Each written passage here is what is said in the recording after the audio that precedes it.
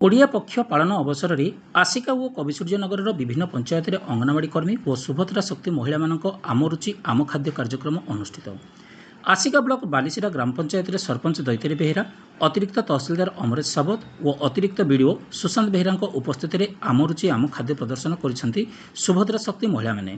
ସେହିପରି କବିସୂର୍ଯ୍ୟନଗର ବ୍ଲକ ସୁବୁଡ଼ିଆ ଓ କନ୍ୟାରୀ ପଞ୍ଚାୟତରେ ବିଡ଼ିଓ ରାଜେନ୍ଦ୍ର ପ୍ରସାଦ ନାୟକ, ତହସିଲଦାର robin Churchill ମିଶ୍ରଙ୍କ ଉପସ୍ଥିତିରେ ମହିଳାମାନେ ବିଭିନ୍ନ ଓଡ଼ିଆ ପାରମ୍ପରିକ ଖାଦ୍ୟକୁ ପ୍ରଦର୍ଶନ କରିଥିଲେ। ମାଣ୍ଡିଆରେ ପ୍ରସ୍ତୁତ ପିଠା, କାଞ୍ଜି, ଜାଉ, ବଡ଼ିଚୁରା, ଶାଗଘଣ୍ଟା, କ୍ଷୀରି, ମଣ୍ଡାପିଠା, ରାଶି ଖଜା, ଦହି ପଖାଳ, ଚକୁଳି, ପିଠଉ ଫୁଲଭଜା, ଘରୋଇ କେକ୍ ସାଙ୍ଗକୁ ବିଭିନ୍ନ ପ୍ରକାର ମିଠା ପ୍ରଦର୍ଶନ କରିଥିଲେ ଉପସ୍ଥିତ ମହିଳା ଓ ସୁଭଦ୍ରା ଶକ୍ତି ଭଉଣୀମାନେ।